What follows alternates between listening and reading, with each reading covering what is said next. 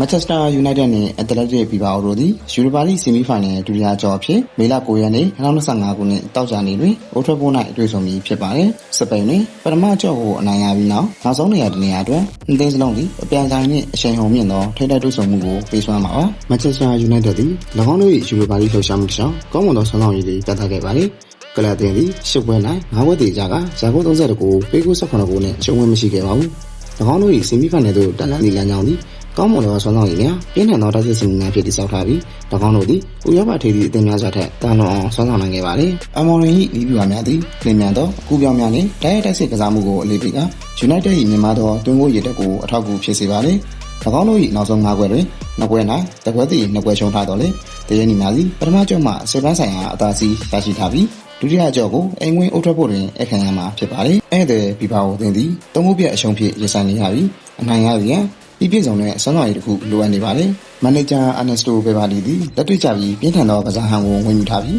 ကလပ်၏ရိုးရာဝိသေသလက္ခဏာကိုလက်ရင်းကြီးရှိသောဥရောပနည်းဗျူဟာများဖြင့်ရောနှောထားပါတယ်။ဘီဘာကိုအသင်းသည်အုပ်ထွက်ဖို့တွင်အနိုင်ရရန်မျှော်မှန်းထားတာကြောင့်ပြင်းထန်သောတိုက်စစ်နှင့်စတင်မိတ်ဆက်လာနိုင်ပါတယ်။ဘီဘာကိုကဂိုးတွေလိုအပ်နေပြီး United ကတမန်တိုက်စစ်တွေကိုအသုံးချနိုင်တာကြောင့်နှစ်သင်းလုံးရဲ့အတွင်းဂိုးတွေကိုမြင်တွေ့ရဖို့ရှိပါတယ်။ပရိသတ်တို့ရဲ့အမြင်ကိုလည်း comment မှာဝင်ရောက်ဆွေးနွေးပေးကြပါဦး။